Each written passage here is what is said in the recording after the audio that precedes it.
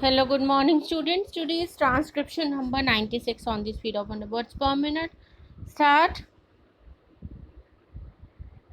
As you have already pointed out under Article 323 of the Constitution, the Union Public Service Commission submits annual reports, and these reports are laid before both the Houses of Parliament, along with any memorandum, if there be any, from the government explaining their position as to why they have not accepted the particular advice of the Commission. Sir, we have so far received 3 such reports from the Commission, and I have gone through these reports. Sir, the general impression that I have gathered after going through these 3 reports is that, apart from the fact that there have been cases of non acceptance of the Commission's advice in many important matters, there are, sir, very serious irregularities committed by the executive government in the matter of appointments to the civil posts and civil services. If you permit me, sir, I may add that I have found that there are occasions when the government has even bypassed the Houses of Parliament in their anxiety to provide for their favourites.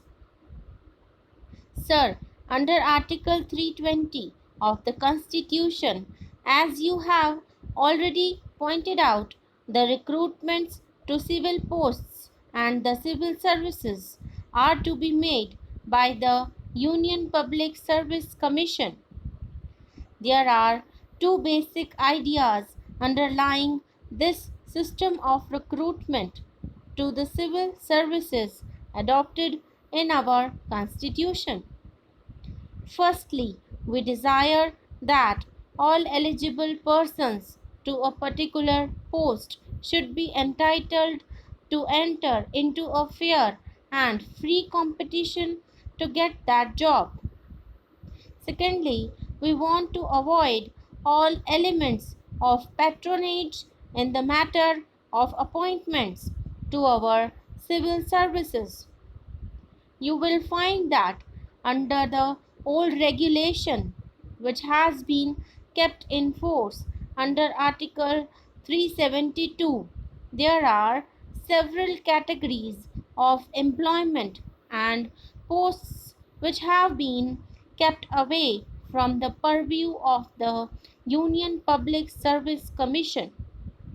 One of these categories is temporary appointments lasting for less than a year.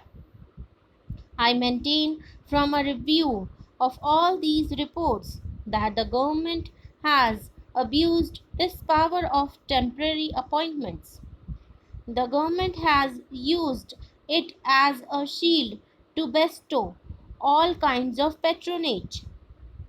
Sir, if you look at the posts, you will find that on the very face of it, they are not temporary posts, but that they are likely to continue for more than a year.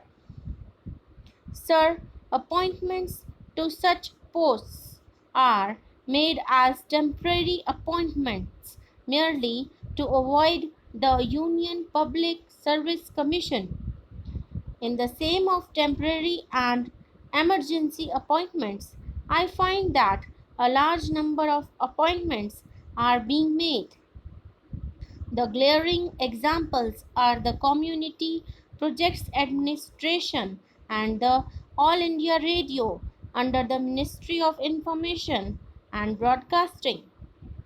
We find, as a matter of fact, such appointments being made by every ministry, but these are the very glaring examples, and I would like the Honorable Minister to tell this House as to how many temporary appointments are being made every year by the government, and how many of them are continued even after the end of the year?